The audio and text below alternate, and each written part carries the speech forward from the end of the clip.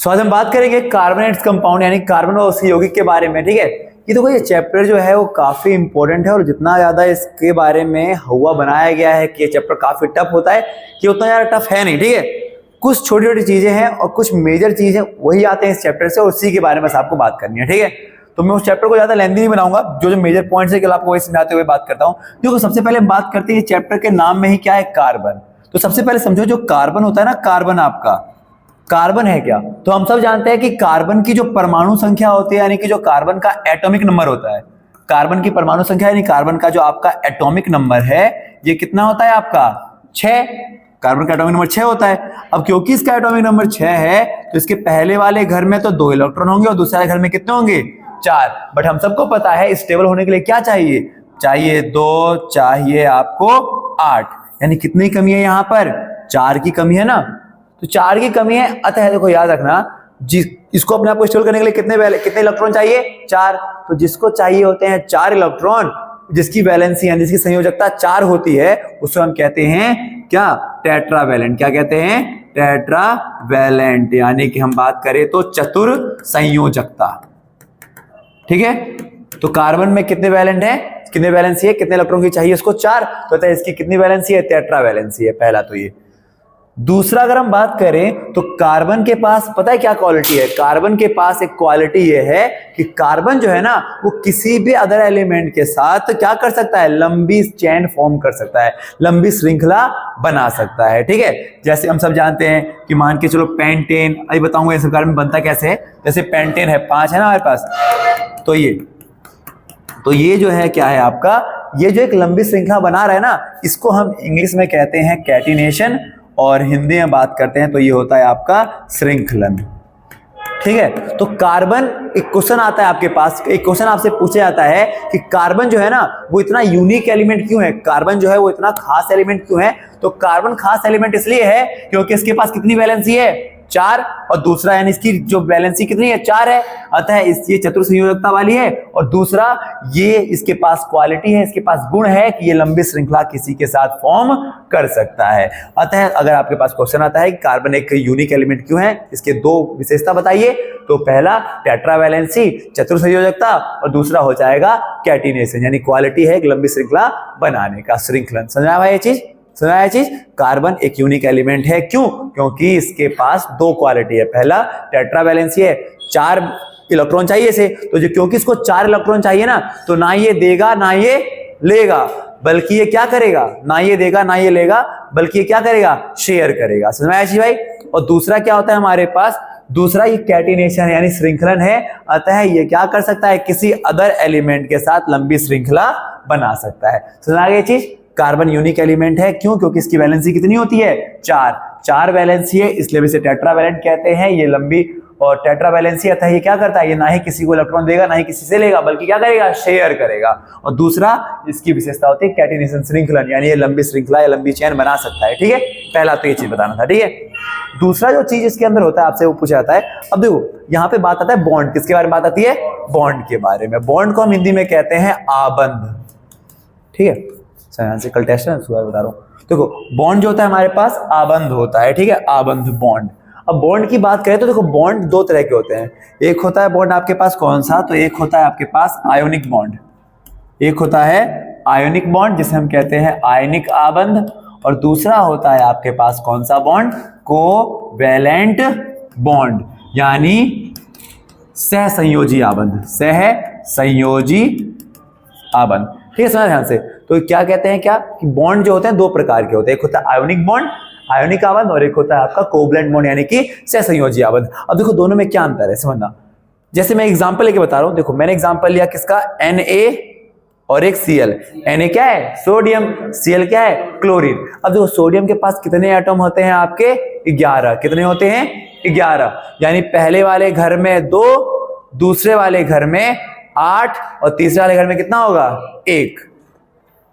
Stable होने के लिए क्या चाहिए था, 2 8 8 चाहिए, 2 8 8 चाहिए, पर तीसरे वाले घर में कितना है यहाँ पर, 1। कितनी कमी है यहाँ पर, देखो आयुष यहाँ पे 7 की कमी ना, तो 7 तो कोई देगा नहीं इसे, तो ये क्या करेगा अपना 1 लूज कर देगा, तो ये अपना एक लूज कर देगा। और ऐसे क्लोरीन की बात करते हैं, क्लोरीन के पास कितना होता है 17 होता है, यानी पहले वाले घर में 2, दूसरे वाले घर में 8 और तीसरे वाले घर में कितना हो जाएगा 7, 2 8 10 और 7 17 होना चाहिए था 8, कितनी कमी है इसके पास, एक की कमी है, ये एक गेन करेगा, तो ये लूज करेगा और ये गेन करेगा, इसने दिया इसने लिया, ऐसे में ले दे करके जो बॉन्ड बनता है उसे हम आयोनिक बॉन्ड कहते हैं, लेना देना आयोनिक बॉन्ड, ठीक है समझ में आया चीज। और वहीं अगर हम बात करते हैं कोवलेंट बॉन्ड, सहसंयोजी आबंध में क्या होता है, तो यहाँ पर लेन देन नहीं होता बल्कि यहाँ पर क्या होता है साझा होता है, शेयर होता है, क्या होता है शेयर। तो आयोनिक बॉन्ड कब होता है, जब इलेक्ट्रॉन को लेकर के या दे करके, इलेक्ट्रॉन को लूज करके या गेन करके बॉन्ड बनाया जाए तो उसे हम कहते हैं आयोनिक बॉन्ड। और कोवलेंट क्या होता है, जब इलेक्ट्रॉन को शेयर किया जाता है, क्या किया जाता है शेयर। जैसे हमने पढ़ा है ना, जैसे कि हम बात करते हैं मीथेन, CH4 मीथेन होता है, बताऊंगा कैसे बनता है। पर देखो कार्बन के पास कितने होते हैं, कार्बन के पास थे 6, पहले वाले घर में 2, दूसरे वाले घर में 4, कितने की कमी है यहाँ पर 4 की कमी है। हाइड्रोजन के पास कितने, एक हाइड्रोजन के पास कितने होते हैं 1, कितना होता है 1, तो 4 हाइड्रोजन के पास कितने होंगे 4, एक हाइड्रोजन के पास अगर 1 है तो 4 के पास कितने हो जाएंगे 4, तो इसके पास 4 हैं और इनको 4 चाहिए, तो दोनों आपस में क्या कर लेंगे, क्यों, क्योंकि देखो हाइड्रोजन के पास क्या होता है, हाइड्रोजन के पास ना केवल एक ही इलेक्ट्रॉन है, पर हम जानते हैं स्टेबल होने के लिए पहले वाले में कितने चाहिए, पहले वाले में चाहिए 2, पर है इसके पास कितने 1, तो ये भी, इसको भी 1 चाहिए और ये इसके पास भी एक अभी रिक्वायरमेंट है, तो दोनों आपस में क्या कर लेंगे शेयर कर लेंगे कि भैया मिल के बना लेते हैं अपना एक, तो ऐसे को हम कहते हैं कौन सा बॉन्ड, कोवलेंट बॉन्ड। ऐसे हो जाता सुना है चीज, आयोनिक लूज करके गेन करके, और कोवलेंट कौन सा होता है शेयर करके बनाया जाए, ठीक है समझ में चीज। हाँ अब ना एक जो क्वेश्चन पूछा जाता है वो एक इंपॉर्टेंट होता है, वो ये कि दोनों में क्या अंतर है, कोवलेंट बॉन्ड और आयोनिक बॉन्ड में क्या अंतर है। तो आयोनिक बॉन्ड, आयोनिक आबंध और कोवलेंट यानी कि सहसंयोजी आबंध, इन दोनों में क्या अंतर है, यानी कि जो आपका आयोनिक बॉन्ड है, आपका जो आयोनिक बॉन्ड है और आपका जो कोवैलेंट बॉन्ड है, दोनों में आपका क्या अंतर है, ठीक है। तो दोनों में क्या अंतर है, तो देखो ध्यान से समझना। पहला तो अभी अंतर वो हो गया, ये क्या करता है हमारे पास, ये जो है ये क्या करता है हमारे पास, ये लूज या फिर गेन करता है, त्यागता है या प्राप्त करता है किसे, इलेक्ट्रॉन को, बल्कि ये क्या करता है आपका, ये तो शेयर करता है, यानी कि ये क्या करता है आपका साझा करता है, क्या करता है साझा करता है, ठीक है समझ आया। अगला दूसरा अगर हम बात करते हैं, अब देखिएगा ध्यान से, अब बात करते हैं क्या, जो आयोनिक बॉन्ड होते हैं ना, देखो आयोनिक बॉन्ड जो होता है वो काफी स्ट्रॉन्ग बॉन्ड होता है, क्या होता है काफी स्ट्रॉन्ग होता है, ठीक है। तो आयोनिक जो आबंध होते हैं ये कैसे आबंध बनाते हैं, कठोर आबंध बनाते हैं, कैसे बनाते हैं कठोर बॉन्ड बनाते हैं, यानी कि स्ट्रॉन्ग बॉन्ड बनाते हैं, कठोर आबंध बनाते हैं। हाँ डिफरेंस पूछ लेता है, तो ये तो पहला ये लूज और गेन वो शेयर करके, ये जो है कैसा बॉन्ड बनाएंगे स्ट्रॉन्ग, बट ये कैसा बॉन्ड बनाते हैं आपका वीक बनाते हैं, कैसा बनाते हैं वीक यानी कि दुर्बल। अब क्योंकि ये स्ट्रॉन्ग बॉन्ड बनाते हैं तो स्ट्रॉन्ग बॉन्ड बने वाला काफी मजबूत संबंध है, और जब रिश्ते में मजबूती ज्यादा हो जाती है ना, तो बाहर वाला कितना भी चुगली करे तुम्हारा रिश्ता टूटेगा नहीं। तो वही है यहाँ पे रिश्ते में क्या है, कठोरता ज्यादा है, स्ट्रॉन्ग ज्यादा है, बॉन्ड स्ट्रॉन्ग है। अब बॉन्ड स्ट्रॉन्ग है तो फोर्स भी जो होगा ना, एक दूसरे के प्रति आकर्षण भी क्या होगा ज्यादा होगा, यानी फोर्स ऑफ अट्रैक्शन भी यहाँ पर क्या होता है ज्यादा होता है, जिसे हम कहते हैं इंटर मॉलिक्यूलर फोर्स, यानी कि जो अंतर आणविक जो बल होता है ना, वो भी क्या होता है ज्यादा होता है, समझा चीज। बट इसमें क्या होता है कम होता है, समझा है चीज आयुष, सिंपल चीज है। ये क्या होता है, ये लूज और गेन करते हैं, ये शेयर करते हैं, इनका बॉन्ड स्ट्रांग होता है, इनका बॉन्ड वीक होता है। क्योंकि बॉन्ड स्ट्रांग है रिश्ता मजबूत है, और क्योंकि रिश्ता मजबूत है तो फोर्स भी ज्यादा होगा, और इनमें फोर्स जो है वो कम होता है। अब क्योंकि देखो यहां समझना एक और चीज, इनका फोर्स ज्यादा है तो ये क्या जल्दी पिघल जाएंगे, नहीं जल्दी नहीं पिघलेंगे, तो इनका मेल्टिंग और बॉइलिंग पॉइंट भी क्या होता है ज्यादा, इनका मेल्टिंग और बॉइलिंग पॉइंट भी क्या होगा ज्यादा होगा। तो इनका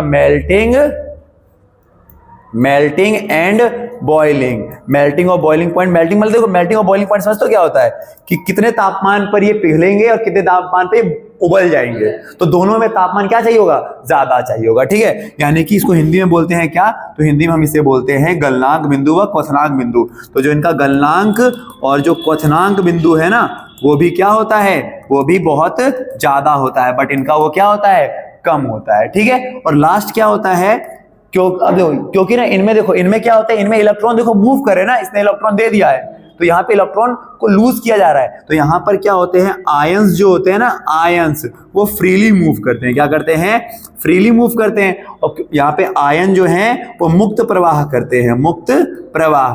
अब क्योंकि ये मुक्त प्रवाह करते हैं आयन, अतः ये क्या है, गुड कंडक्टर हैं, किसके, good conductor of heat and electricity, किसके, इलेक्ट्रिसिटी, ठीक है भाई।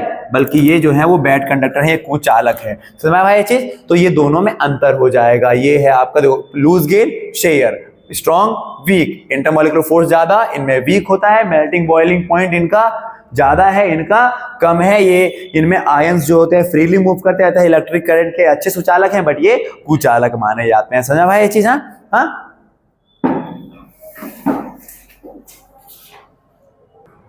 ठीक है, तो ये हो गया हमारे पास। अब देखना ध्यान से, ये सारे हो गए।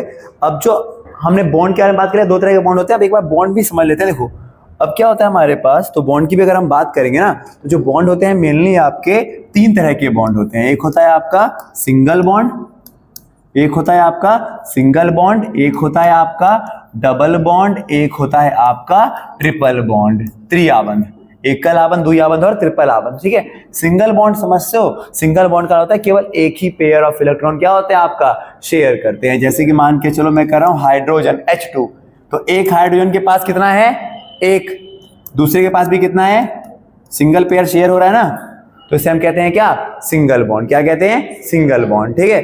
डबल वाले में क्या होता है, ऐसे कि मान के चलो ऑक्सीजन O2, ऑक्सीजन की बात करेंगे, देखिए ध्यान समझना, ऑक्सीजन के पास होते कितने हैं, ऑक्सीजन के पास होते हैं टोटल कितने, 8, कितने होते हैं, 8, पहले वाले में 2, दूसरे वाले में कितना हो जाएगा आपका 6, पर स्टेबल तो नहीं है ये, कमी होना, 2 कमी है ना। पर देखो ध्यान से याद रखना, जो आउटर सरफेस पे होता है वही हम लेके चलते हैं। आउटर सरफेस पे कितना है इसका, 6 है ना, आउटर सरफेस पे 6 है, तो भाई ऑक्सीजन 2 ऑक्सीजन है तो 2 ऑक्सीजन लिख दो, 6 है ना, तो 1 2 3 4 5 6, 1 2 3 4 5 6, ये बन गया डबल बॉन्ड, ये बन गया आपका, ठीक है, डबल बॉन्ड है, ठीक है, समझाया चीज। और ट्रिपल वाले में क्या होता है, जैसे कि नाइट्रोजन मान के चलो, नाइट्रोजन के पास कितना होता है, 7, कितना होता है 7, यानी पहले वाले में 2, दूसरे वाले में कितना हो जाएगा 5, तो आउटर पे 5 है इसके, तो आउटर पे 5 है, तो 1 2 3 4 5, 1 2 3 4 5, ट्रिपल बॉन्ड है ना, 3 पेयर शेयर हो रहे हैं हमारे पास, समझाया चीज। हाँ तो 3 तरह के होते हैं आपके, सिंगल डबल ट्रिपल, समझाया चीज। देखो नाइट्रोजन वाले में कितना है हमारे पास, 5 है ना, सॉरी 7 होते हैं ना, पहले वाले पे, तो दूसरे वाले पे कितना है 5 है, तो दूसरे वाले पे अगर 5 है तो 1 2 3 4 5, इसने भी रख दिया 1 2 3 4 5, ट्रिपल बॉन्ड से हो गया, समझ चीज आया दोनों। अब अगला अगर बात करेंगे, ध्यान समझिएगा। हाँ अब देखो ध्यान से समझना है कुछ चीजें। देखो अब आपके पास ना 3 तरह के परिवार होते हैं, 3 तरह के आपके परिवार होते हैं, ठीक है। एक होता है आपका एल्केन फैमिली, एक होता है आपका एल्कीन फैमिली, और एक होता है आपका एल्काइन फैमिली। 3 तरह के परिवार होते हैं, एल्केन, एल्कीन और एल्काइन, 3 तरह के परिवार होते हैं, ठीक है। एल्केन फैमिली की बात करें तो इसका फॉर्मूला होता है CnH2n+2, इसका फॉर्मूला होता है CnH2n, इसका फॉर्मूला होता है CnH2n-2, जहां पर n का मतलब क्या है, n का मतलब है नंबर ऑफ कार्बन, कि कितने कार्बन है, ठीक है, समझ गए। अब गिनती में एक चीज, गिनती आपको याद रखनी है। देखो मीथ का मतलब होता है 1 कार्बन, ईथ का मतलब होता है 2 कार्बन, प्रोप का मतलब होता है 3 कार्बन, ब्यूट का मतलब होता है 4 कार्बन, पेंट का मतलब होता है 5 कार्बन, हेक्स का मतलब होता है आपका 6 कार्बन, समझा भाई यहाँ तक, ठीक है। तो अब देखो ध्यान से, अब इसमें साउंड क्या करेगा लास्ट में, एन, एल्केन, इन और आइन साउंड करता है, ठीक है। तो जैसे कि मैंने कहा, किसका, मैंने कहा मीथ है, तो मीथ से क्या बन जाएगा, ये मीथ में क्या लग जाएगा, एन, मीथेन। अब याद रखना मीथ वाला जो होता है ना, वो इसमें नहीं होता और इसमें भी मीथ वाला नहीं होता, ठीक है, समझा चीज। मीथ वाला इसमें होता है तो मीथेन, इसमें मीथीन और मिथाइन नहीं होता, ठीक है। अब देखो मीथेन की बात करते हैं, तो मीथेन में कितने नंबर, कितना है आपका 1, तो n की जगह 1, H2 इंटू में n की जगह 1 प्लस में 2, तो C1 1 लिखने की जरूरत नहीं होती है, H कितना हो जाएगा 2 1 2 और में 2 में 2 जोड़ेंगे तो 4, CH4। इसमें होता नहीं है, तो इसमें पहला टर्म क्या हो जाएगा, तो अगर आपसे पूछेगा एल्कीन और एल्काइन में पहला जो है वो कौन सा है, तो पहला होता है ईथ, क्या होता है ईथ, ईथ का क्या बन जाएगा इथीन, और इसका क्या बन जाएगा आपका इथाइन। ठीक है, तो देखो ईथ कितने नंबर पर आता है 2 नंबर पर आता है ना, तो C N की जगह है 2, H 2 गुणे में N की जगह है 2, तो C 2 और H कितना हो जाएगा 2 दूनी 4, ऐसे ही आला C N की जगह है 2, H 2 गुणे में N की जगह है 2 माइनस का 2, तो क्या बन जाएगा C2 H 2 दूनी 4 में से 2 गया तो 2, तो C2H2 इसका बनता है, C2H4 इसका बनता है, और ये CH4 इसका बनता है। ठीक है, अच्छा अब एक और चीज याद रखना है आपको, मतलब ये समझ गए चीज, एल्केन में पहला फैमिली होता है मीथेन, बट इसमें इसमें होता है इथीन और इथाइन। समझ गया चीज? अच्छा एक और चीज को ध्यान समझना आप, इस वाले में हमेशा सिंगल बॉन्ड बनता है, इस वाले में डबल बॉन्ड, और इस वाले में ट्रिपल बॉन्ड, ये याद रखना है, इसमें सिंगल बॉन्ड, इसमें डबल बॉन्ड और इसमें ट्रिपल बॉन्ड। ठीक है, तो अब देखो सिंगल बॉन्ड कैसे, तो C एक है हमारे पास और H 4, तो सिंगल बॉन्ड 4 तरफ 1 2 3 4। इस वाले की बात करें तो 2C है ना, और कितना बॉन्ड लगता है इसमें डबल बॉन्ड, तो डबल हो गया। अब देखो C के आसपास ना 4 लाइन होनी चाहिए, 1 2 3 4 3 है यहाँ पर, अब यहाँ पर 2 तो आ गई है, तो 3 4 3 और 4 हो गई, तो यहाँ भी H होगा, यहाँ भी H होगा, यहाँ भी H होगा, और यहाँ पर भी H होगा, तो C2H4 C2H4 C2H4। ऐसे यहाँ पर कितना बॉन्ड बनता है ट्रिपल और 3, तो C2 है तो ट्रिपल बॉन्ड बन गया। अब C के पास 3 हो गए ना, तो 1 और 4 1 और 4, तो 1 2 3 4 हो गए C के पास, तो यहाँ भी H और यहाँ भी H, तो ये क्या बन गया C2H2 बन गया ना। ये चीज आया समझ में, सिंपल चीज होता है। हाँ हाँ, अब देखो ध्यान से एक और चीज समझ लो, ऐसे मान के चलो एक एग्जांपल ले लेते हैं। मैंने कहा पेंट, तो पेंटेन पेंटीन और पेंटाइन। ठीक है, तो मैंने कहा पेंट, तो पेंटेन फॉर्मूला क्या है, N की जगह 5, तो C5 H2 इंटू में N की जगह 5 प्लस का 2, तो C5H कितना हो जाएगा 5 2 10 2 12, C5H12। ठीक है, फिर ऐसे यहां पर देख लो, C N की जगह है 5, H 2 गुणे में N है ना, तो N की जगह है 5, तो C5H10। सुना है चीज आया। और तीसरा देखो यहाँ पर C N की जगह क्या है, N की जगह है 5, H2 गुणे में N की जगह 5 माइनस का 2 होता है ना, तो C5H8 हो जाएगा। ठीक है, अब स्ट्रक्चर बना लेते हैं इसका फटाफट, देखो ध्यान से। तो स्ट्रक्चर क्या हो जाएगा, C5 है ना, तो 1 2 3 4 5, H कितना है 12, तो 1 2 3, हर C के पास एक सिंगल बॉन्ड बनता है ना, इसमें सिंगल बॉन्ड बनता है, इसमें सिंगल बॉन्ड बनता है, तो हर जगह H लगा दो, H H H H H H H H H H H H, तो 1 2 3 4 5 6 7 8 9 10 11 12, ऐसे इसकी बात करते हैं। देखो यहाँ पर भी C5 है, 1 2 3 4 5, अब देखो 5 है, यहाँ डबल बॉन्ड कम है नहीं, हाल में डबल बॉन्ड लगेगा, हाल में डबल बॉन्ड नहीं लगेगा, लास्ट वाले C के साथ या तो पहले वाले C के साथ डबल बॉन्ड लगाओ, बाकी सब में सिंगल रहने दो। ठीक है, याद रखना ये चीज, डबल बॉन्ड लगता है, देखो डबल बॉन्ड वाला है, पर डबल बॉन्ड सब में लगेगा, केवल लास्ट वाले C के साथ डबल बॉन्ड लगाओ, लास्ट वाले C में डबल बॉन्ड लगाओ। ठीक है, सही चीज।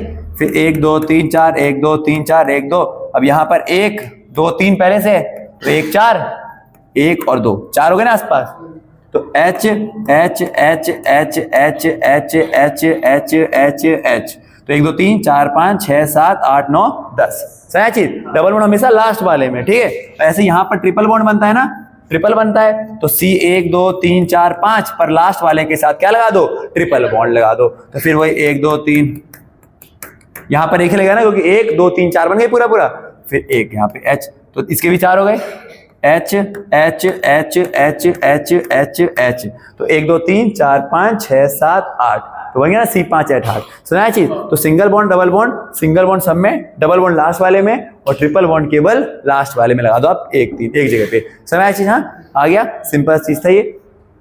अब आगे अगर हम बात करें इसके आगे, तो जो अगला टॉपिक होता है ना आपका, वो होता है अब आपका फंक्शनल ग्रुप का। किसका होता है, फंक्शनल ग्रुप का, इसे हम कहते हैं कार्यात्मक समूह, कार्यात्मक समूह यानी फंक्शनल ग्रुप, फंक्शनल ग्रुप। ठीक है, फंक्शनल ग्रुप का। अब देखो ध्यान समझना, फंक्शनल ग्रुप में क्या होता है आपके पास, तो कई सारे होते हैं, जिसमें पहला ग्रुप होता है वो होता है आपका हैलोजन। क्या होता है, हैलोजन। ठीक है, हैलोजन में क्या होता है ना आपका, तो लास्ट वाले C के साथ या तो लग जाएगा Cl क्लोरीन, क्या लग जाएगा आपका Br, ठीक है। और याद रखना एक चीज, अच्छा आपने एक और चीज में नेट में समझ सकते हो आप। अच्छा देखो यहाँ पर C हर जगह से पैक है ना, C के पास कोई आसपास जगह कहीं पर भी नहीं है ना। यहाँ पर देख पा रहे हो C यहाँ भी खाली है, यहाँ भी खाली है, और इस वाले में भी देखोगे आप तो C यहाँ भी खाली है, यहाँ भी खाली है ना। देखो ये हर जगह से भरा हुआ है ना, तो भरे हुए को हम कहते हैं सैचुरेटेड, संतृप्त। भरे हुए को हम कहते हैं क्या, संतृप्त यानी कि सैचुरेटेड। अतः जो एल्केन वाला होता है वो क्या है, सैचुरेटेड है। एल्केन वाला जो है वो क्या है आपका, सैचुरेटेड, ठीक है। समझ चीज, ठीक है।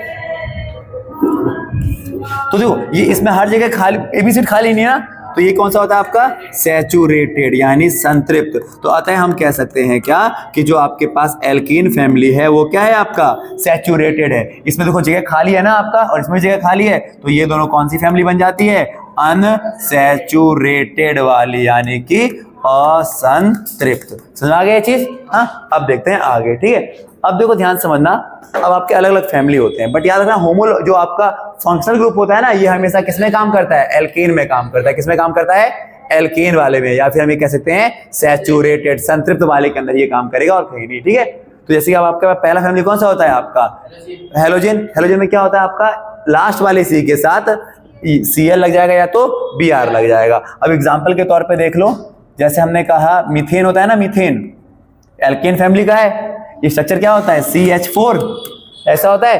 तो बट यहाँ H रहेगा, यहाँ H रहेगा, यहाँ H रहेगा, और लास्ट वाले C के साथ क्या लग जाएगा, Cl। तो ये क्या बन जाएगा, ये बन जाएगा आपका क्लोरोमीथेन। क्या बन जाएगा आपका, ये क्लोरोमीथेन, ठीक है। समझ चीज। ऐसे अगर हम बात करेंगे तो पेंटेन, पेंटेन होता है हमारे पास। पेंटेन कितना होता है, 1 2 3 4 5,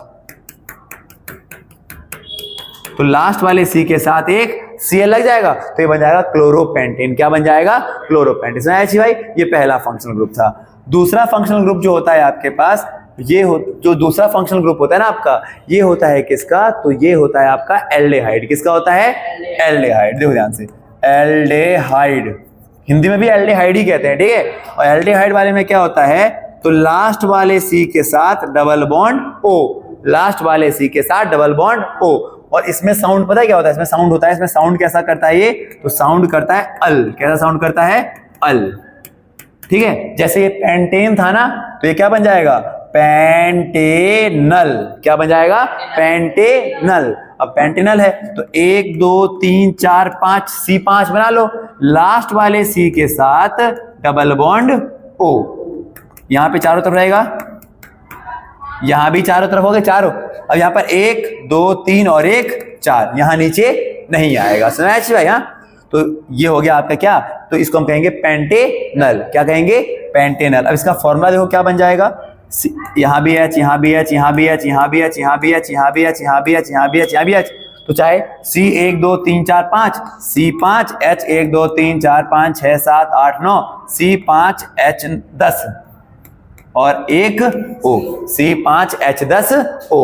समझ में आया भाई, ये एल्डिहाइड वाली फैमिली होती है। लास्ट वाले C के साथ डबल बॉन्ड O साउंड करेगा अल। और लास्ट अब एक थर्ड जो होता है आपका सेकंड, आपका थर्ड वाला होता है कीटोन फैमिली। कौन सी होती है, कीटोन, कीटोन फैमिली, ठीक है। कीटोन वाले में क्या होता है, लास्ट वाले C के साथ, सॉरी लास्ट वाला नहीं, इसमें क्या होता है, बीच वाले C के साथ, बीच वाले C के साथ डबल बॉन्ड O, बीच वाले C के साथ डबल बॉन्ड O। इसका और इसका फॉर्मूला देखना सेम ही रहेगा, बता दो कैसे। तो लास्ट वाले C के, सॉरी बीच वाले C के साथ डबल बॉन्ड O, और ये साउंड कैसा करता है, ये साउंड करता है ऑन। क्या करता है, ऑन। जैसे ये पेंटेन था, क्लोरोपेंटेन, क्योंकि Cl लग गया। ये है आपका पेंटेनल, क्योंकि बीच लास्ट वाले C के साथ डबल बॉन्ड O है, पेंटेनल। अब ये एल्डिहाइड फैमिली का था, अब ये हो जाएगा आपका पेंटेनोन। क्या बन जाएगा, पेंटेनोन। ये बन जाएगा आपका पेंटेनोन, ठीक है। इसका भी देखो स्ट्रक्चर कैसे बनेगा। तो भाई 1 2 3 4 5, पर मैंने कहा ना बीच वाले C के साथ डबल बॉन्ड O, तो इसके आजू बाजू 4 हो गए, 1 2 3 4 हो गए इसके आजू बाजू, यहां पे लगा दो 4, ठीक है, हो गया। अब देखो H H H H H H H H H और H, तो ये क्या बन गया आपका, तो ये फॉर्मूला देखो क्या बनेगा, C 1 2 3 4 5 C5 H कितने 1 2 3 4 5 6 7 8 9 10 C5 H10 और एक O। अब आप देखोगे तो फॉर्मूला तो उसका भी सेम है, C5H10O, C5H10O। तो याद रखना ऐसा कौन सा फंक्शनल ग्रुप है इसका फॉर्मूला सेम हो जाता है, तो एल्डिहाइड और कीटोन दोनों का फॉर्मूला क्या होता है, सेम। बट स्ट्रक्चर में क्या अंतर है, एल्डिहाइड में लास्ट वाले के साथ डबल बॉन्ड हो और इसमें बीच वाले के साथ डबल बॉन्ड हो, उसका साउंड करता है अल, इसका साउंड करता है ऑन। समझ आया चीज, आ गया यहां तक, आ गया, ठीक है। तीन हो गए फंक्शनल ग्रुप। चौथा फंक्शनल ग्रुप जो होता है आपका वो होता है कार्बोजाइलिक। क्या होता है, कार्बोजाइलिक। कार्बोजाइलिक को हम कहते हैं कार्बोजाइलिक, हिंदी में भी कार्बोजाइलिक अम्ल ही कहते हैं इसको, ठीक है। और इसमें क्या होता है, तो लास्ट वाले सी के साथ डबल बॉन्ड O और सिंगल बॉन्ड OH, लास्ट वाले सी के साथ डबल बॉन्ड O और सिंगल बॉन्ड OH। और इसका साउंड क्या होता है, तो इसका साउंड होता है आपका ओइक। क्या साउंड होता है, oic, oic acid, oic acid. जैसे पेंटेन का चला ना, तो मैं बना रहा हूं पेंटेनोइक, पेंटेनोइक। फिर वही सी कितने हैं, 5, पर लास्ट वाले सी के साथ डबल बॉन्ड और एक सिंगल बॉन्ड OH। तो यहां पे तो 4 हो गए ना, 1 2 3 4 हो गए इसके आसपास, सब में 4 लगा दो, ठीक है। फॉर्मूला बन जाएगा, इसका भी हो जाएगा। समझाया चीज, आया, हाँ ये। और जो लास्ट है हमारे पास इन सब के बाद जो बचता है वो होता है आपका एल्कोहल। 5 है फंक्शन ग्रुप, केवल 5। तो लास्ट होता है आपके पास कौन सा, एल्कोहल, एल्कोहल, एल्कोहल। और एल्कोहल का क्या होता है, तो लास्ट वाले सी के साथ सिंगल बॉन्ड OH, लास्ट वाले सी के साथ सिंगल बॉन्ड OH। और इसका साउंड क्या होता है, तो इसका साउंड होता है ऑल। क्या होता है, ऑल, ठीक है। जैसे पेंटेनॉल, पेंटेनॉल, ठीक है, पेंटेनॉल। तो देखो 1 2 3 4 5, लास्ट वाले सी के साथ single bond OH। Single bond है तो 4 लगेंगे, सिंगल सिंगल 4 लगेंगे, सिंगल सिंगल ना, ठीक है। समझा चीज, इस तरह से। तो ये आपको पांचों ही फंक्शनल ग्रुप होते हैं। समझाया चीज, हाँ।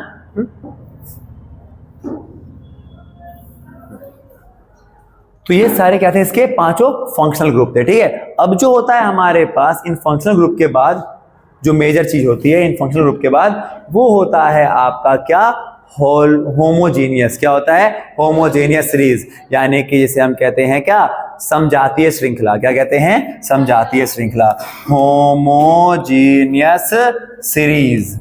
होमोजेनियस सीरीज हम कहते हैं क्या, समजातीय श्रृंखला या श्रेणी, ठीक है। अब देखो समजातीय श्रेणी मैंने पता है क्या है, तो समजातीय श्रेणी का मतलब होता है ऐसे दो हाइड्रोकार्बन कंपाउंड, हाइड्रोकार्बन यौगिक, ये सारे हाइड्रोकार्बन है कि हाइड्रोजन और कार्बन है, हाइड्रोजन और कार्बन है ना, तो ऐसे दो हाइड्रोकार्बन यौगिक जिनका अंतर कितने का हो, CH2 का हो। कितने का हो, CH2 का। ऐसे देखो बात करते हैं, पहला था मीथेन, दूसरा था इथेन, तीसरा था आपका प्रोपेन। क्या था, प्रोपेन। हमें फॉर्मूला पता है मीथेन का फॉर्मूला क्या होता है, तो मीथेन का फॉर्मूला होता है आपका क्या, मीथेन का फॉर्मूला होता है CH4। इथेन का क्या होता है आपका C2H6। क्या होता है, C2H6। और तीसरा होता है C3H8। अब आप देखोगे तीनों में देखो कितने का अंतर है, यहां पे कितना C बढ़ गया, एक C एक ही बढ़ा ना, 1 से 2 हो गया। H कितना बढ़ा है, 4 से 6, कितना हो गया, 2। अंतर कितने का है, CH2। फिर ऐसे अगला देखो C2 C3, कितना C बढ़ा, 1 C बढ़ा, और H कितना बढ़ गया, 6 से 8 हो गया। तो सही चीज। तो होमोलोगस सीरीज यानी समजातीय श्रेणी क्या होती है, तो ऐसे हाइड्रोकार्बन कंपाउंड जिनका अंतर कितने का होता है, CH2 का। कितने का अंतर होता है, CH2 का, CH2 का। और दूसरा वो कौन सा, पर अब ऐसा नहीं कि ये मीथेन लेके चल रहा हूं तो अगला इथीन लूंगा, नहीं, सेम एन वाली एक ही फैमिली से होनी चाहिए। अगर ये एल्केन फैमिली से है तो एल्केन फैमिली से, अगर मीथीन, अगर जैसे इथीन होता तो प्रोपीन होता, इथाइन होता तो प्रोपाइन होता है। समझे चीज, मतलब बता रहा हूं कि एन फैमिली से हैं तो एन फैमिली वाले होंगे। तो अगर आपसे कहीं होमोलोगस सीरीज क्या होता है, समजातीय श्रेणी क्या होता है, तो हम कहेंगे ऐसे हाइड्रोकार्बन कंपाउंड जिनका अंतर कितने का है, CH2 का, और वो एक ही परिवार से बिलोंग करने चाहिए। एल्कीन है तो एल्केन से, एल्कीन है तो एल्कीन से, और एल्काइन है तो एल्काइन से। समझ अच्छी भाई, आ गया। अच्छा, CH2 कह सकते हैं या फिर हम इसे ना मास 14 भी कहते हैं। क्या कहते हैं, मास द्रव्यमान 14। द्रव्यमान 14 क्यों बता रहा हूं मैं, क्योंकि देखो कार्बन का द्रव्यमान कितना होता है, 12, कार्बन का कितना होता है, और एक हाइड्रोजन का होता है 1। तो यहां पर कितने हाइड्रोजन है, 2। एक कार्बन का होता है 12, हाइड्रोजन यहां पे कितने हैं, 2। तो एक हाइड्रोजन का 1 होता है, 2 हाइड्रोजन का कितना हो जाएगा, 2। एक हाइड्रोजन का 1 तो 2 हाइड्रोजन का, और कार्बन का कितना होता है 12, और 12 2 सही है। तो यानी सिंपल चीज है कि अगर CH2 है ना, जैसे CH2 का अंतर है तो हमें पता है एक कार्बन का कितना मास होता है 12, एक हाइड्रोजन का 1 होता है तो 2 हाइड्रोजन का कितना हो जाएगा, तो 12 2 14। समझ चीज। तो आपको अगर कहेगा समझाते श्रेणी क्या होती है, होमोलोगस सीरीज क्या होती है, तो हम कहेंगे ऐसे कार्बन कंपाउंड जिनका अंतर कितने का है CH2 का, और जिनके जो एक ही फंक्शनल ग्रुप से एक ही फैमिली से बिलोंग करेंगे, या फिर मास में कितने का अंतर होता है 14 का। समझ आया भाई, आ गया। हाँ अगला, तो अगर ऐसा ना, इस पे क्वेश्चन पता क्या बन जाता है, इसमें क्वेश्चन बन जाता है कि होमोलोगस सीरीज क्या होती है और बताओ उनकी केमिकल प्रॉपर्टी जो होती है वो एक ही जैसी क्यों होती है। तो उनकी केमिकल प्रॉपर्टी या उनका रासायनिक गुण जो होता है वो एक ही जैसा इसलिए होता है क्योंकि ये सभी एक ही परिवार से बिलोंग करते हैं, एक ही फैमिली से बिलोंग करते हैं। तो एल्केन है तो एल्केन से, एल्कीन है तो एल्कीन से करेंगे। समझ आ गया चीज, आ गया, क्लियर हो गया यहाँ तक, आ गया भाई, ठीक है। अब अगर हम बात करेंगे इन सब के बाद, तो जो अगला जो टॉपिक होता है हमारे पास वो होता है कौन सा, अब कुछ रिएक्शंस पे हम आ जाते हैं, ठीक है, रिएक्शन के ऊपर ना, यही होता है जनरली।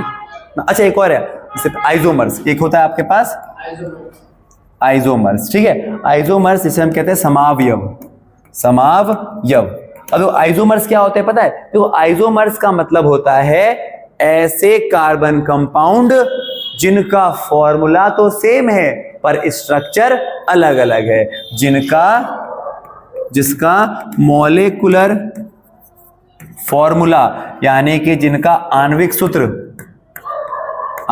सूत्र तो क्या होता है, बराबर होता है, परंतु इनकी संरचना जो होती है, जो इनका स्ट्रक्चर होता है वो क्या होता है आपका, अलग अलग होता है। क्या होता है, अलग होता है, डिफर होता है। समझिए भाई, आइसोमर्स जिनका क्या होता है, फॉर्मूला तो सेम रहेगा, जिनका फॉर्मूला सेम रहेगा बट इनकी स्ट्रक्चर जो होगी, जो इनकी संरचना होगी वो क्या हो जाएगी, अलग हो जाएगी। एग्जांपल के तौर पे अब देखना ध्यान से। अच्छा, और आइसोमर्स, किसी के भी आइसोमर्स कितने होते हैं ना, तो इसका फॉर्मूला याद रखो, आइसोमर्स किसी के कितने होंगे तो इसका फॉर्मूला क्या होता है, तो 2n-4 प्लस में 1, ठीक है। और याद रखना आइसोमर्स जो है ना वो मीथ का नहीं होता, ईथ का नहीं होता और आपका प्रोप का नहीं होता। और ये भी याद रखना आइसोमर्स जो है वो हमेशा कौन सी फैमिली के बनते हैं, तो जो आइसोमर्स होते हैं वो हमेशा बनते हैं कौन सी फैमिली के, एल्केन फैमिली के। कौन सी फैमिली के बनते हैं आपके, एल्केन फैमिली के। आइसोमर्स हमेशा बनते हैं कौन सी फैमिली के, एल्केन यानी कि एन फैमिली के ही आपके आइसोमर्स हमेशा बनेंगे, ठीक है। हाँ, तो आइसोमर्स होता क्या है, तो आइसोमर्स का मतलब होता है जिसके मॉलिक्यूलर फॉर्मूला, आणविक सूत्र तो जिनका क्या है, बराबर होता है, और पर इनकी स्ट्रक्चर जो होती है, इनकी जो संरचना होती है ना वो क्या हो जाती है, अलग अलग हो जाती है, ठीक है। और दूसरा चीज क्या, आइसोमर्स किसी के भी कितने होंगे, इसका फॉर्मूला क्या है, 2n-4 प्लस का 1। और याद रखना मीथेन का नहीं होता, इथेन का नहीं होता, प्रोपेन का नहीं होता, ठीक है। इनके, हाँ, एल्केन फैमिली में इनका नहीं होता और बाकी सब का होता है, और वैसे ही एल्केन फैमिली से ही बनते हैं। तो यानी अगर आपसे बोलेगा कि पहला आइसोमर्स जो है वो किसका बनता है, अरे पहला आइसोमर्स जो होता है वो किसका, तो फिर समझना, तो आइसोमर्स जिनका फॉर्मूला क्या है, सेम पर स्ट्रक्चर अलग अलग है, ठीक है। और किसी के भी कितने आइसोमर्स होंगे इसका कैसे पता लगेगा, इस फॉर्मूले से ही बताऊंगा। और याद रखना जो आइसोमर्स होता है वो हमेशा, आइसोमर्स जो होता है वो हमेशा कौन सी फैमिली से बनता है, एल्केन फैमिली से। और किसका नहीं बनेगा, मीथेन का नहीं बनेगा, इथेन का नहीं बनेगा, प्रोपेन का नहीं बनेगा, ठीक है। तो जो पहला बनता है आइसोमर्स वो किसका बनता है, तो मीथेन, इथेन, प्रोपेन का नहीं बनेगा, तो किसका बनेगा, ब्यूटेन का। किसका बनेगा, ब्यूटेन का। बता तो देखो कैसे, तो ब्यूटेन का हमें पता है ना, ब्यूटेन का फॉर्मूला ऐसे क्या होता है, C4H10। क्या होता है, नॉर्मली होता है C4H10। तो पहला स्ट्रक्चर जो होता है इसका कैसा होता है, C4, ऐसा ना, देखो C4H10, H सिंगल बॉन्ड होता है ना, एल्केन है तो सैचुरेटेड है, तो 1 2 3 4 5 6 7 8 9 10, C4H10, ब्यूटेन का C4H10, ठीक है। पहला बन गया, ऐसा होता है।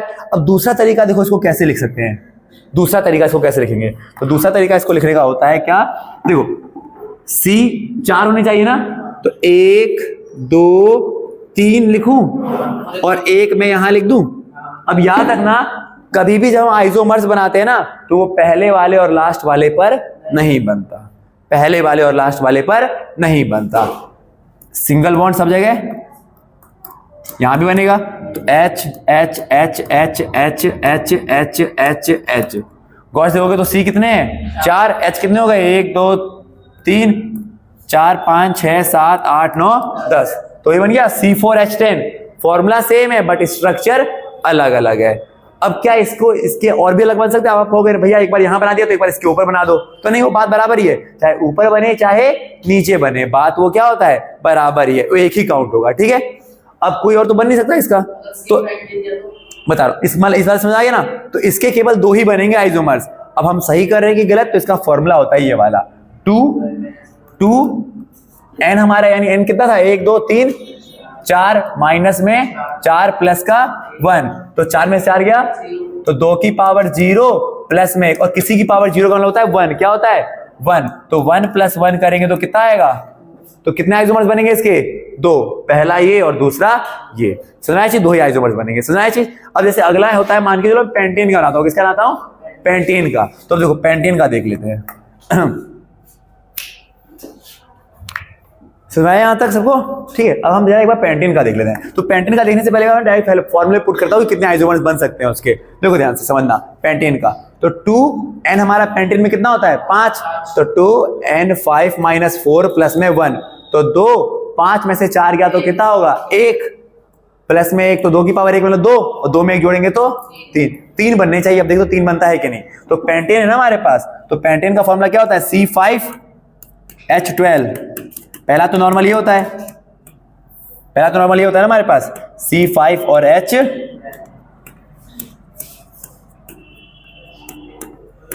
C5 और H12। समझा ये चीज, C5 और H 1 2 3 4 5 6 7 8 9 10 11 12, पहला ये हो गया।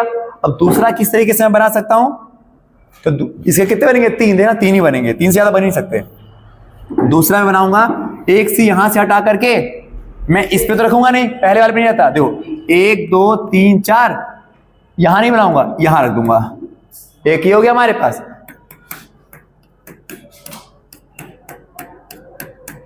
एक 2 3 4 5 6 7 8 9 10 11 12 हो गया इसका भी C5H12, 2 बन गए। अब तीसरा देखो एक और बन जाएगा, तीसरा क्या बनेगा हमारे पास 1 2 3 4 मैंने यहां रख दिया है। अब देखो अब आप कहोगे भैया यहां रख दिया तो क्या यहां भी रख सकते हैं, यहां से हटा करके क्या मैं यहां रख दूं। अब कहोगे दिखने में तो वो भी अलग लग रहा है, ये भी अलग लग रहा है, पर ऐसा नहीं होगा, याद रखना। यहां से देखो, यहां से अगर मैं यहां रख रहा हूं ना, तो इसका मतलब चाहे आप यहां से गिनो तो ये कितने नंबर पर आएगा दूसरे, और वहां से गिनो तो वो भी कितने नंबर पर आ रहा है, तो इसलिए ऐसा सेम ही हो जाएगा वो। अगर मैं वहां बना रहा हूं ना, तो अगला मैं यहां नहीं बना सकता, क्योंकि दोनों का अलग सेम ही ना, कौन से नंबर पे आ रहा है यहां से दूसरे, और वो भी वहां से दूसरे पर आ रहा है, तो ये नहीं बनेगा। तो अब कौन सा बनेगा, तो क्या मैं इसके ऊपर बना सकता हूं, तो ये भी सेम ही रहेगा, दूसरे नंबर पर बन रहा है, यहां भी नहीं बना पाऊंगा। तो मैं पता क्या करूंगा, अब मैं करूंगा क्या, एक और हटा दिया मैंने, एक मैंने ऊपर लगा दिया और एक मैंने अब नीचे लगा दिया। समझ भाई, ऐसे कर सकते हैं, ठीक है।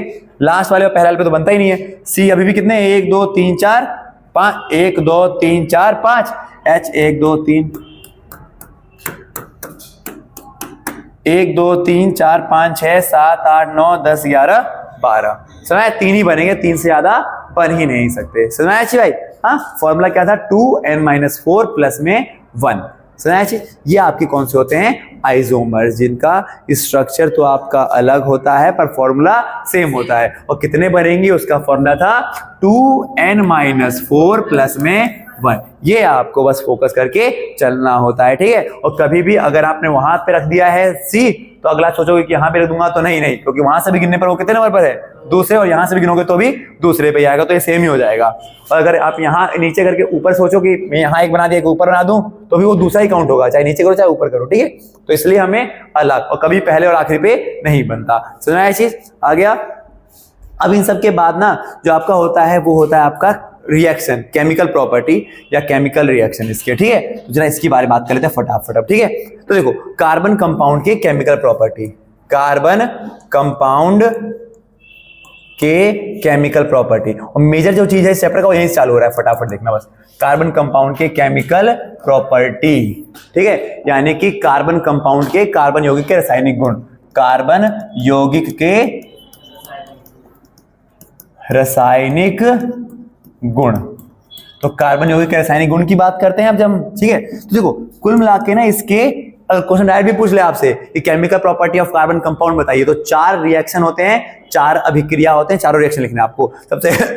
सबसे पहला जो रिएक्शन होता है वो कौन सा होता है आपका? कंबशन रिएक्शन, ठीक है, यानी कि दहन अभिक्रिया। कौन सी? दहन अभिक्रिया। दहन अभिक्रिया का तो सिंपल मतलब पता है क्या है कि जब भी हम किसी भी कार्बन कंपाउंड को ऑक्सीजन के संपर्क में जलाते हैं ना, तो वो क्या देता है? कार्बन डाइऑक्साइड, वाटर, हीट और आपको देगा लाइट। ये हमेशा याद रखना, ठीक है, जब भी हम किसी भी कार्बन कंपाउंड को जलाएंगे। अब देखो कंबशन भी 2 तरह का होता है, समझना ध्यान से। एक होता है कंप्लीट और एक होता है इनकम्प्लीट।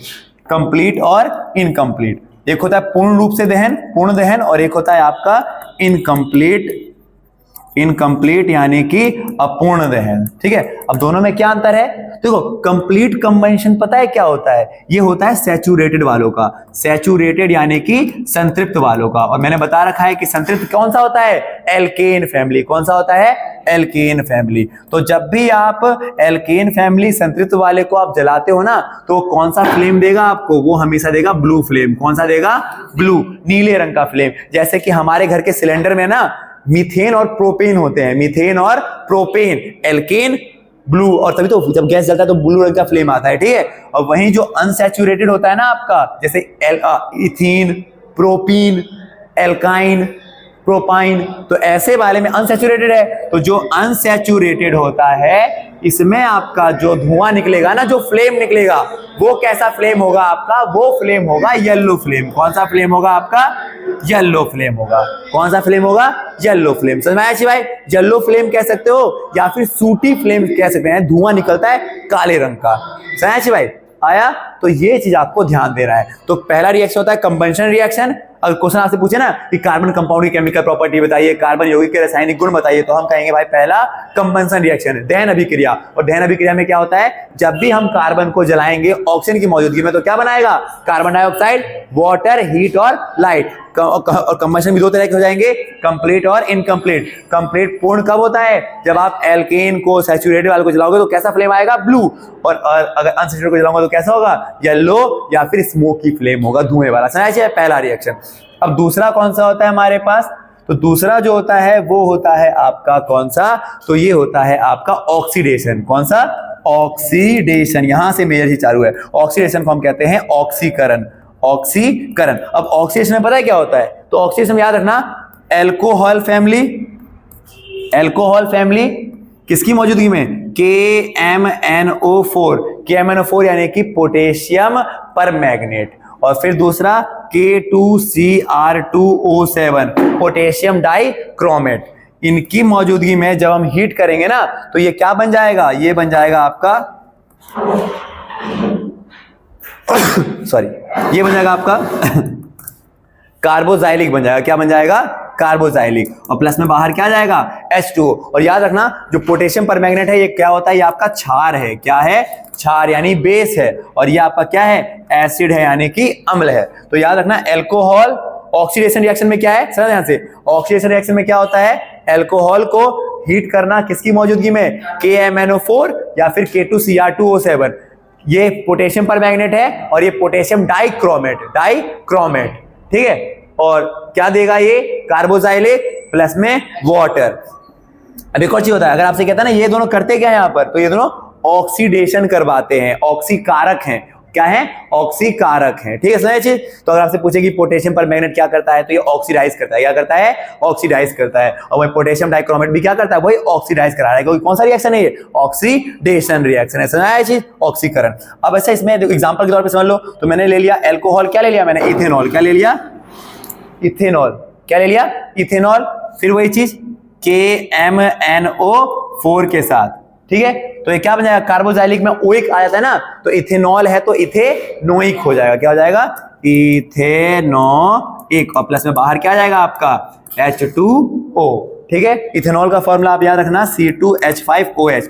मैंने बताया था इथेनॉल अल्कोहल फैमिली में क्या होता है? लास्ट वाले C के साथ OH। और OH वाले में क्या होता है, लास्ट वाले C के साथ डबल बॉन्ड O और एक सिंगल बॉन्ड OH, जिसका फॉर्मूला होता है CH3COOH। और ये ना इथेनॉइक को हम एसिटिक एसिड, विनेगर जो है ना सिरका, वो यही है, प्लस में आपका वाटर। सही चीज, दो हो गए। तीसरा जो रिएक्शन होता है आपका, तीसरा होता है आपका एडिशन। तीसरा होता है आपका एडिशन, जिसे हम कहते हैं संकलन। क्या कहते हैं?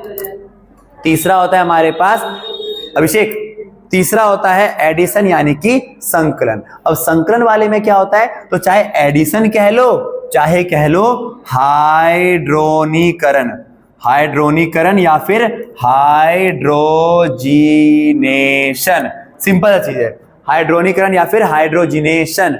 ठीक है, अब इसमें होता क्या हमारे पास समझना अभिषेक, इसमें क्या होता है हमारे पास, तो अनसैचुरेटेड, अनसैचुरेटेड वाला क्या मिला दो, इसमें हाइड्रोजन मिला दो, क्योंकि हाइड्रोजनीकरण है ना, इसका मतलब इसमें क्या होगा, अनसैचुरेटेड यानी असंतृप्त। और असंतृप्त वाले कौन कौन से होते हैं, एल्कीन और एल्काइन, एल्कीन और एल्काइन। तो एल्कीन में मैं क्या मिला दूंगा, H2 मिला दूंगा, पर किसकी मौजूदगी में, तो यहां पर PD यानी पैलेडियम और Na यानी कि निकल, PD पैलेडियम और आपका Na निकल, ये दोनों होते क्या है, कैटलिस्ट है। ये करते क्या है ये दोनों, तो ये दोनों ना रिएक्शन को तेज करते हैं या कम करते हैं, रिएक्शन को तेज करते हैं या तो कम करते हैं। पैलेडियम या फिर निकल रिएक्शन को या तो तेज कर देंगे या तो कम कर देंगे। अब ये अनसैचुरेटेड हाइड्रोजन मिलाने के बाद क्या बन जाएंगे, सैचुरेटेड बन जाएंगे। क्या बन जाएंगे, सैचुरेटेड यानी कि संतृप्त बन जाएंगे। और इसीलिए हम इस रिएक्शन को क्या कहते हैं, आपका हाइड्रोजनेशन। अगर आपसे एक क्वेश्चन पूछता है ना कि अनसैचुरेटेड ऑयल को सैचुरेट बनाने के लिए, असंतृप्त तेल को संतृप्त करने के लिए कौन सा रिएक्शन होता है, तो वो कहते हैं रिएक्शन एडिशन रिएक्शन। उस प्रक्रिया को क्या कहते हैं, हाइड्रोजिनेशन, हाइड्रोजनीकरण। ठीक है, समझ। अब एग्जांपल के तौर पे देख लो, तो मैंने कहा आपका एल्कीन जो है ना, एल्कीन ये है आपका इथीन। क्या है, इथीन। इथीन का फॉर्मूला क्या होता है, C2H4। क्या होता है, C2H4 प्लस में हाइड्रोजन, प्लस में हाइड्रोजन किसकी मौजूदगी में, PD और निकल की किसी एक की मौजूदगी में क्या हो जाएगा, अब ये संतृप्त बन जाएगा, सैचुरेट बन जाएगा। तो सैचुरेट होने का मतलब क्या है, C2H, यहाँ पे पहले से 4 थे और 2 और जुड़ गए तो क्या बन गया, C2H6। ये किसका फॉर्मूला होता है, इथेन का। किसका होता है, इथेन। तो जो एल्कीन है वो अब क्या बन गया, मतलब जो आपका एल्कीन बन गया, यानी इथीन जो है वो इथेन बन गया। समझ में आया चीज। 3 रिएक्शन देख, इस वाले में क्या था, एडिशन वाले के अंदर अनसैचुरेटेड यानी कि असंतृप्त में हम क्या मिला देते हैं, हाइड्रोजन मिला देते हैं पैलेडियम और निकल की सहायता से, तो ये क्या बन जाता है, सैचुरेट बन जाता है। यानी इथीन को हाइड्रोजन मिला दोगे तो इथेन बन जाएगा। ठीक है, तो मैं चीज इसमें R मल्टीप्लाई ऐड होता है, क्या होता है, कौन सा, वो हाइड्रोजनेशन में R मल्टीप्लाई ऐड होता है, वो अलग है, वो अलग से रिएक्शन लिखा गया है, बट वो ये फोकस करो। ठीक है, इथीन प्लस में H2 क्या बन जाएगा, इथेन बन जाएगा। ऐसे ही आपका प्रोपीन प्लस में H2 प्रोपेन बन जाएगा। किसकी मौजूदगी में, PD और Na, ये दोनों होते क्या है, ये दोनों कैटलिस्ट हैं जो कि क्या करते हैं, आपको रिएक्शन को तेज या फिर कम करते हैं। 3 हो गए। चौथा जो होता है आपके पास वो होता है कौन सा, सब्स्टिट्यूशन। कौन सा होता है, सब्स्टिट्यूशन यानी कि आपका प्रतिस्थापन। अब इसमें पता है क्या होगा, तो इसमें होता है आपका कोई भी एल्केन फैमिली वाला है, एल्केन फैमिली में क्लोरीन मिला दो, Br मिला दो। ठीक है, ये होते क्या है आपके, हैलोजन है ना, हैलोजन परिवार वाले, क्लोरो ब्रोमो, तो इनमें क्या मिला दो, हैलोजन मिला दो, तो ये क्या बन जाते हैं आपके, ये बन जाते हैं क्लोरो, ये बन जाएंगे आपके क्लोरो एल्केन। क्या बन जाएंगे, क्लोरो एल्केन। और प्लस में आपका क्या बाहर हो जाएगा, HCl। क्या बाहर हो जाएगा, या फिर HBr। ठीक है, एग्जाम्पल के तौर पे देखते हैं, जैसे मैंने कहा मीथेन, मीथेन CH4 मीथेन है, क्या मिला दें, Cl2 मिला दें, तो ये क्या बन जाएगा आपका, तो ये बन जाएगा आपका CH3Cl, CH3Cl, जिसे हम कहते हैं क्या, क्लोरोमीथेन। क्या कहेंगे, क्लोरोमीथेन। और प्लस में देखो, यहां पर Cl2 था ना, यहां पर Cl कितना है, 1, यहां पर H4 था, यहां पर H कितना है, 3, तो यहां से एक H बचा और यहां से एक Cl बचा, तो क्या बाहर आ गया, HCl। समझ चीज। तो ये आपके 4 रिएक्शन मेजर। अच्छा, एक और चीज याद रखना, एल्केन फैमिली के साथ Cl मिलता है तो वो होता है सब्स्टिट्यूशन रिएक्शन। एल्केन फैमिली के साथ Cl मिलेगा बना देगा क्लोरो एल्केन हेलोजन वाला और प्लस में HCl बाहर हो जाएगा। तो कौन सा रिएक्शन है? यह है सब्स्टिट्यूशन। बट अगर एल्कीन फैमिली के साथ मिल रहा है, अगर कौन सी फैमिली के साथ मिल रहा है आपका? अगर मिल रहा है एल्कीन फैमिली के साथ Cl, एल्कीन फैमिली के साथ क्या मिल रहा है? Cl। तो ये कौन सा रिएक्शन है? तो ये है आपका एडिशन वाला। कौन सा है? एडिशन। ये कौन सा रिएक्शन है? एडिशन। और हमें पता है ना एडिशन वाले में यानी संकलन वाले में क्या होता है? अनसैचुरेटेड सैचुरेट बनता है। एल्कीन अनसैचुरेट है ना, तो ये क्या बन जाएगा आपका? तो ये बन जाएगा आपका, बता रहा हूं, जैसे यहां पर देखना एग्जांपल के तौर पे, एग्जांपल लेते हैं हम। जैसे मैंने कहा एल्कीन यानी इथीन, एल्कीन यानी कि इथीन, प्लस में क्या बन गया? Cl2 मिल गया। तो ये क्या बन जाएगा आपका? तो ये बन जाएगा आपका डाइक्लोरोइथेन। क्या बन जाएगा? Dichloroethane, dichloroethane. तो आप देख रहे हो इथीन क्या बन गया? इथेन बन गया। इथेन क्या बन गया? इथेन। कैसे? एग्जांपल देखो, C2H4 था पहले, C2H4 था पहले, Cl2 ऐड हो गया इसमें। तो अब देखो क्या से बन जाएगा ये, मतलब पहला स्ट्रक्चर अगर आप देखोगे मतलब अनसैचुरेटेड सैचुरेटेड बन रहा है। तो जब भी याद रखना एल्कीन में Cl मिल रहा है, अनसैचुरेट को सैचुरेट कर रहा है तो एडिशन में चला जाएगा। बट अगर एल्केन के अंदर Cl मिल रहा है तो वो सब्स्टिट्यूशन रिएक्शन है। ठीक है, जैसे एग्जांपल देख लेते हैं इसका स्ट्रक्चर कैसे बनता है। क्योंकि एल्कीन है, डबल बॉन्ड है, ऐसा नहीं यार, ठीक है। प्लस में हम क्या मिला रहे हैं? Cl2। तो ये क्या बन जाएगा? तो C अभी भी 2 है पर अब सिंगल बॉन्ड हर जगह रहेगा क्योंकि एथेन बन गया ना, H H H H। तो H तो यहां पर भी 4 थे, यहां पर भी 4 हो गए। Cl जो 2 है वो कहां गए? तो एक यहां लग गया और एक यहां लग गया, तो डाइक्लोरोइथेन बन गया। समझे चीज? तो ये 4 रिएक्शन है जो आपको समझने हैं। कंबंशन, दूसरा था आपके पास ऑक्सीडेशन। ऑक्सीडेशन वाले में क्या था हमारे पास? KMnO4 या फिर K2Cr2 प्लस में O7, यानी कि या तो पोटेशियम परमैंगनेट या तो पोटेशियम डाइक्रोमेट जो ऑक्सीडेशन करवाएंगे और क्या बना देंगे? अल्कोहल को इथेनोइक बना देंगे। ठीक है, फिर दूसरा था हमारे पास सब्स्टिट्यूशन, उससे पहले एडिशन था जिसमें H2 जोड़ देंगे तो अनसैचुरेट क्या बन जाएगा? सैचुरेट। और संतृप्त संतृप्त बन जाएगा। और वो इसका था सब्स्टिट्यूशन, प्रतिस्थापन, जिसमें क्या होता है हमारे पास कि जो आपका एल्केन फैमिली है उसमें Cl या Br मिला दोगे तो क्या बन जाएगा? आपका हेलोजन फैमिली का बन जाएगा। ऐसे क्लोरो एल्केन, ब्रोमो एल्केन और प्लस में HCl आपका बाहर हो जाएगा। तो वही है, अगर एल्केन के साथ क्लोरीन मिल रहा है तो वो हेलोजन फैमिली का बन गया। अगर और सब्स्टिट्यूशन रिएक्शन है और ये एल्कीन के साथ मिल रहा है क्लोरीन तो और अनसैचुरेट को सैचुरेट कर रहा है तो ये कौन सा रिएक्शन बन गया? एडिशन, यानी कि संकलन। समझ आया चीज? हाँ, अब ना जो एक चीज और है हमारे पास इन सब के बाद, बस लास्ट टॉपिक है हमारे पास, वो होता है ईस्टेरिफिकेशन और एक साबुनीकरण। इन दोनों का बात कर लेते हैं। ठीक है, एक होता है आपका ईस्टेरिफिकेशन, ईस्टेरिफिकेशन यानी ईस्टरीकरण। ठीक है, तो ईस्टेरिफिकेशन में क्या होता है हमारे पास? तो इथेनॉल को याद रखना, ये रिएक्शन याद रखना, रट लेना इसको। इथेनॉल को इथेनोइक एसिड के साथ अगर मैं मिलाऊंगा किसकी मौजूदगी में?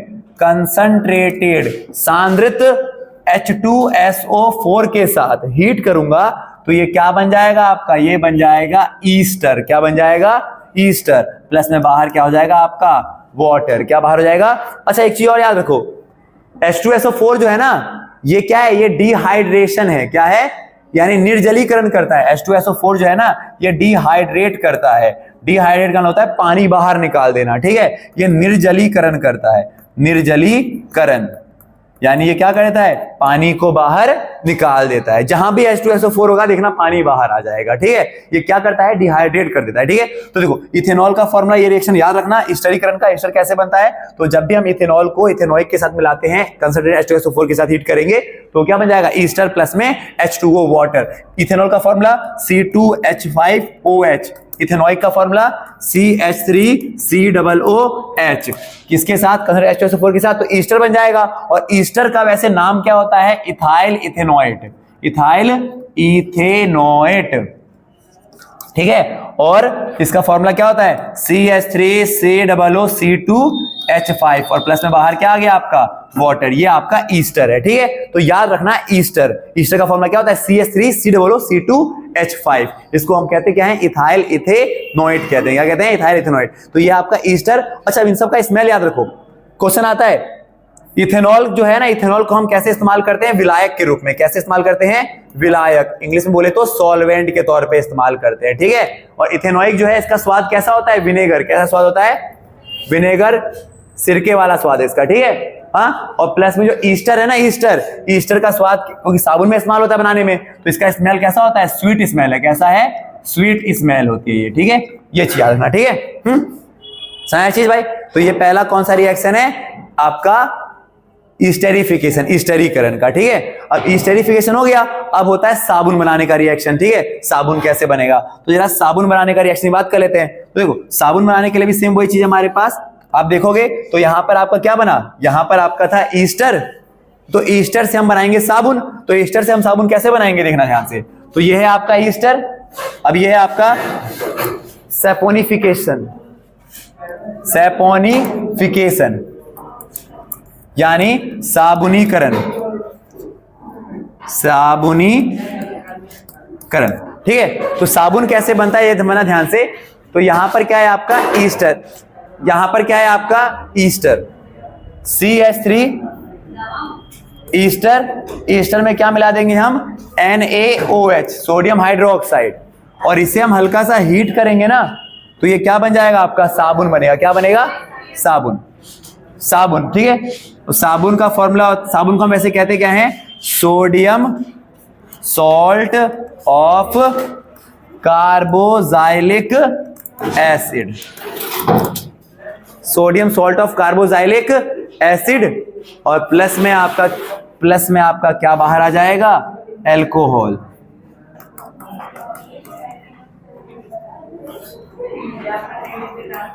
ठीक है, ये चीज रखना। साबुनीकरण कैसे बनेगा? तो यहां से जो बना ईस्टर, यहां से जो ईस्टर था ना, ईस्टर को हमने किसमें मिलाया? सोडियम हाइड्रोक्साइड के साथ हीट किया, तो क्या बन गया? साबुन। साबुन को हम कहते क्या है? Sodium salt of carboxylic acid, यानी कि कार्बोजाइलिक अम्ल का सोडियम लवण, ठीक है। और प्लस में बाहर क्या आ गया आपका? एल्कोहल। क्या बाहर आ गया? एल्कोहल। अभी इसका देखो फॉर्मूला देख लो, याद रखना। मैं ईस्टेरिफिकेशन का फॉर्मूला बहुत इंपॉर्टेंट है, और साबुनीकरण का भी। तो साबुन में क्या है? ईस्टर का फॉर्मूला क्या था? CH3COO2H5, प्लस में क्या मिलाएंगे आपका? NaOH, हीट करेंगे, इसे हीट करेंगे तो क्या बन जाएगा? साबुन। अब साबुन का फॉर्मूला क्या होता है? तो CH3COONA, और प्लस में बाहर आ जाएगा एल्कोहल यानी इथेनॉल, तो C2H5OH, ठीक है। हाँ, तो ये है साबुन बनाने का फॉर्मूला, और ऊपर था ईस्टर बनाने का फॉर्मूला, ठीक है। समझ गए चीज? आ गया। अच्छा देखो, साबुन ना ईस्टर से ही बन जाता है। ये ईस्टर है ना, साबुन ईस्टर से ही बन गया साबुन।